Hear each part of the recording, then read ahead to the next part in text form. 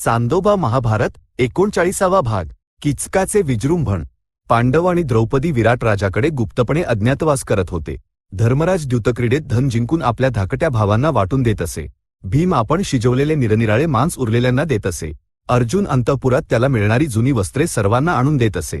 नकुलाच्या अश्वपालनावर प्रसन्न होऊन राजा त्याला जे उपहार देत असे ते तो उरलेल्यांना वाटून देत असे. सहदेव दूध आणि दही आणून देत असे. द्रौपदी आपल्या सर्व पतींची काळजी घेत आपले रहस्य उघड होणार नाही अशा रीतीने वावरत होती. आपले निवासस्थान दुर्योधनाला समजेल हे भय सर्वांना होते. या प्रकारे 4 मास लोटले. तेव्हा मत्स्य देशात ब्रह्मोत्सव झाला.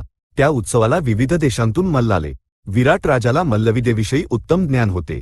त्यामुळे त्याने मल्लवीरांसाठी उत्तम सुविधा निर्माण केल्या आणि त्यांच्यामध्ये द्वंद्वयुद्धे आयोजित करून ते पाहून तो आनंद घेत असे.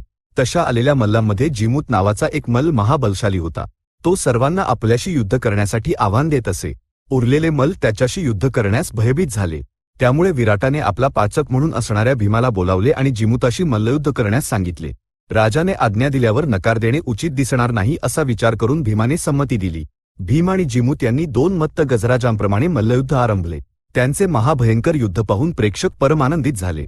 भीमाने जिमूताला पकडून चक्राकार फिरवल्यावर उरलेले मल्ल चकित झाले. भीमाने जिमूताला तसे फिरवून फिरवून भूमीवर आपटले आणि ठार मारले. जिमूताला जिंकणाऱ्या भीमाला विराटाने असीम धन उपहार म्हणून दिले. भीमाची शक्ती आणि सामर्थ्य पाहून राजा त्याला केवळ मल्लांशीच नव्हे तर सिंह, हत्ती आणि व्याघ्रांसोबतही लढायला लावून विनोद करत असे. ही युद्धे पाहण्यासाठी अंतःपुरातील स्त्रिया सुद्धा येत असत. अर्जुन अंतःपुरातील स्त्रियांकडून गीते गाऊन घेऊन नृत्य करवून राजाला आनंदित करत असे. उद्दाम अश्वांना वश करून त्यांना लगाम लावून राजाला दाखवून नकुलाने पुष्कळ धन उपहार म्हणून प्राप्त केले. तसेच सहदेवाने उग्र वृषभांना वश करून उपहार मिळवले. आपले पती राजाच्या सेवेत जे कष्ट सोसत आहेत ते पाहून द्रौपदीला दुःख होत असे. या प्रकारे पांडवांचा अज्ञातवास जवळपास 1 वर्ष पूर्ण होण्याच्या मार्गावर होता. त्यावेळी द्रौपदीसाठी सिंहबल नावाचा कीचक एक घोर संकट बनून आला. हा कीचक विराट राजाचा शालक आणि सेनापतीही होता. त्याने सुदेष्णेच्या भवनात द्रौपदीला पाहून मोहाविष्ट होऊन आपल्या भगिनीला म्हटले, मी हिला येथे यापूर्वी कधीही पाहिले नाही. हिचे सौंदर्य मला संमोहित करत आहे. ही कोण आहे?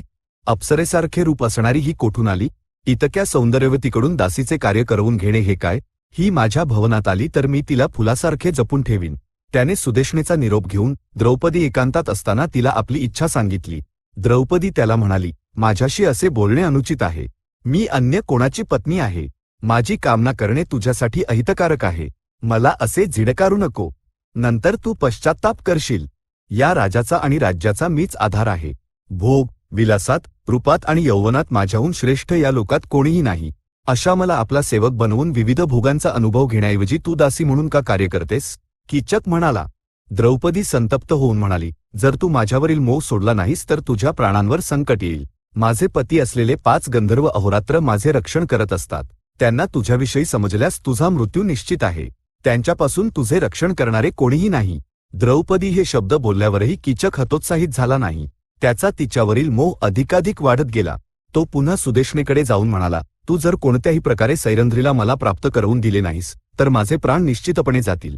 मी कितीही प्रकारे प्रार्थना केली तरी तिचे मन माझ्याकडे वळत नाही. सुदेष्णा भ्रात्याची दुर्दशा पाहून अत्यंत व्यथित होऊन म्हणाली, सैरंध्री माझ्या आश्रयाला आहे. मी तिचे रक्षण करण्याचे वचन दिले आहे. 5 गंधर्व तिचे पती असल्याचे तिने आरंभीच सांगितले होते. तू माझा भ्राता आहेस म्हणून हे रहस्य मी तुला सांगितले.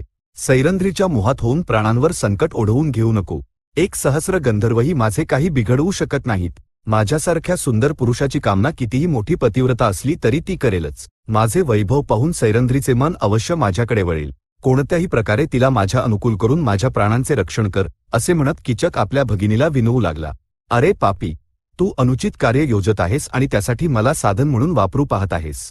तुझे पाप तुझ्यासोबत संपणार नाही, ते संपूर्ण कुळाचा नाश करेल. तू आपल्या भवनात जा, सुरा आणि मिष्टान्न सिद्ध करवून ठेव. ते आणण्यासाठी मी सैरंध्रीला पाठवीन. तू तिला कसे वश करशील ते तू जाण. सुदेष्णा म्हणाली. कीचकाने तत्काळ आपल्या भवनात जाऊन भक्ष्य, भोज्य पदार्थ आणि पेये सिद्ध करवली आणि तो द्रौपदीची प्रतीक्षा करू लागला. नंतर सुदेष्णेने द्रौपदीला आज्ञा दिली, सैरंध्री, मला अत्यंत पिपासा लागली आहे. तू कीचकाच्या भवनात जाऊन पिण्यासाठी काहीतरी घेऊन ये. द्रौपदी म्हणाली, माते, मी त्याच्या भवनात जाऊ शकत नाही. तो कामोन्मादाने वाहवत गेला आहे हे तुला ज्ञात आहेच. मी गेले तर तो नक्कीच माझा अपमान करेल. तुझ्याजवळ अजून कितीतरी परिचारिका आहेत. त्यांच्यापैकी कोणालाही पाठव. जेव्हा मी स्वतः सुरा आणण्यासाठी पाठवत आहे तेव्हा काय तो तुला स्पर्श करू शकेल? असे म्हणत सुदेष्णेने द्रौपदीला एक सुवर्णपात्र दिले. अन्य कोणताही पर्याय नसल्याने ते पात्र घेऊन द्रौपदी किचकाच्या भवनात गेली. तिला पाहताच किचक परमानंदाने उठला आणि म्हणाला, सुंदरी, तुझे स्वागत आहे. माझी प्राणेश्वरी असलेली तू माझ्याकडे आली आहेस. माझी कामना पूर्ण कर. दिव्यांबरे धारण कर, रत्नालंकारांनी अलंकृत हो. माझ्यासोबत मद्यपान कर आणि सुखात राहा. राणीने सुरा आणण्यासाठी पाठवले आहे. त्यांना अत्यंत पिपासा लागली आहे. तत्काळ सुरा दिलीत तर मी जाईन. द्रौपदी म्हणाली. सुरा मी अन्य कोणत्या तरी स्त्रीच्या हातून पाठवून देईन. असे म्हणत किचकाने तिचा हात पकडला. द्रौपदीने विचलित होऊन किचकाला एका धक्क्यात खाली पाडले आणि धावतच विराट राजाच्या सभेत प्रवेश केला. किचकाने तिचा पाठलाग केला आणि विराट राजा व सभासद पाहत असतानाच तिचे केश पकडून तिला थांबवले. हा घोर अन्याय धर्मराज आणि भीमाने सभेत उपस्थित राहून डोळ्यांदेखत पाहिला. भीमाला त्याच क्षणी किचकाचा वध करावा असे वाटले आणि त्याने आपले दात खाल्ले. त्याच्या संपूर्ण शरीरावर घाम आला. डोळ्यांतून अग्नी बरसू लागला. समोर दिसणारा वृक्ष उपटण्याच्या उद्देशाने तो उठला. धर्मराजाने भीमाच्या पायाचा अंगठा आपल्या अंगठ्याने दाबला आणि म्हणाला, अरे, इंधनासाठी हा वृक्ष का पाडतोस? पलीकडे अजून अनेक वृक्ष आहेत, त्यांना पाड. याच वेळी द्रौपदीने आपल्या पतींची असहायता ओळखून तीव्र दृष्टीने पाहत विराटाकडे वळून म्हटले, जेव्हा हा नीच माझा असा अपमान करत आहे तेव्हा महाबलशाली असलेले माझे पती गंधर्व काळाने बांधले गेले असल्याकारणाने माझे रक्षण न करू शकण्याच्या स्थितीत आहेत. अशा परिस्थितीत राजा असणाऱ्या तू रक्षक होऊन माझा शिलभंग न होऊ देण्याकडे लक्ष देण्याऐवजी काय तू उपेक्षा करशील? आणि सभेतील लोकांना म्हणाली, राजा आणि किचकाप्रमाणेच तुम्हालाही धर्माचे ज्ञान नाही असे दिसते. तेव्हा विराट राजा द्रौपदीला म्हणाला, हे भद्रे, तुम्हा दोघांमध्ये परोक्षात काय वाद झाला आहे हे ज्ञात नसताना मी तुमच्यात धर्म निर्णय कसा करू शकेन? तेव्हा धर्मराज द्रौपदीला म्हणाला, अगे, तू येथे भ्रमण न करता अंतःपुरात जा. जर तुझे पती काही करत नसतील तर त्याचे नक्कीच काहीतरी कारण असेल. देश आणि काळाचा विचार न करता येथे विलाप करून राजसभेत का कोलाहल करतेस? तुझे अहित करणाऱ्यांना तुझे पतीच दंड देतील. द्रौपदी सुदेष्णेच्या भवनात परत गेली. केश मोकळे सोडून शोक देवतेप्रमाणे बसली. तिची ती अवस्था पाहून सुदेष्णेने विचारले, मालिनी, तुला कोणी कष्ट दिले? तू मला सुरा आणण्यासाठी पाठवले तेव्हा किचकाने मला पीडा दिली आणि भर सभेत अपमानित केले. असे केल्याने ज्याला क्रोध येईल तेच त्याचा अंत पाहतील. द्रौपदी म्हणाली, खरोखरच तिने किचकाचा वध करवण्याचाच निश्चय केला होता. तिने आपल्या कक्षेत जाऊन स्नान केले, वस्त्रे प्रक्षालित केली आणि आपली कामना पूर्ण करण्यास केवळ भीम सक्षम आहे असा निश्चय केला. ती रात्रीच्या वेळी भीम जिथे राहत होता तिथे गेली. भीम फुटकार टाकत गाढ निद्रेत होता. द्रौपदी त्याच्याजवळ गेली. त्याला दृढतेने आलिंगन देऊन म्हणाली, मृत व्यक्तीप्रमाणे असा गतिहीन का आहेस? जिवंत असणारा मनुष्य त्याच्या पत्नीचा कोणी असा भर सभेत अपमान केला तर शांत राहील का? उठ, उठ. भीम जागा होऊन शय्येवरून उठला आणि म्हणाला, असे काय विवर्ण आणि उदास झाली आहेस? रात्रीच्या वेळी येथे का आलीस?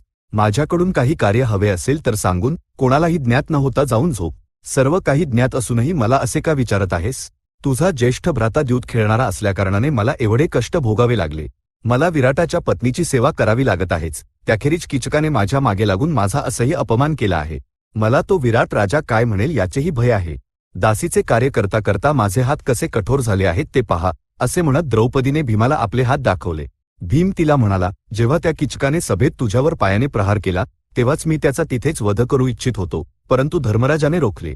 मुळात त्याच दिवशी जर मी दुर्योधन, कर्ण, शकुनी आणि दुःशासन यांचे मस्तक विदीर्ण केले असते तर काही दिवस धैर्य ठेवलेस तर तू पुन्हा महाराणी होशील. हे दुःख सहन करणे माझ्याच्याने शक्य नाही. मी पुन्हा महाराणी होणे मिथ्या आहे. या सर्व गोष्टींचा काय उपयोग? आता जे घडले आहे त्याचा प्रतिशोध घेण्याचा मार्ग विचार कर.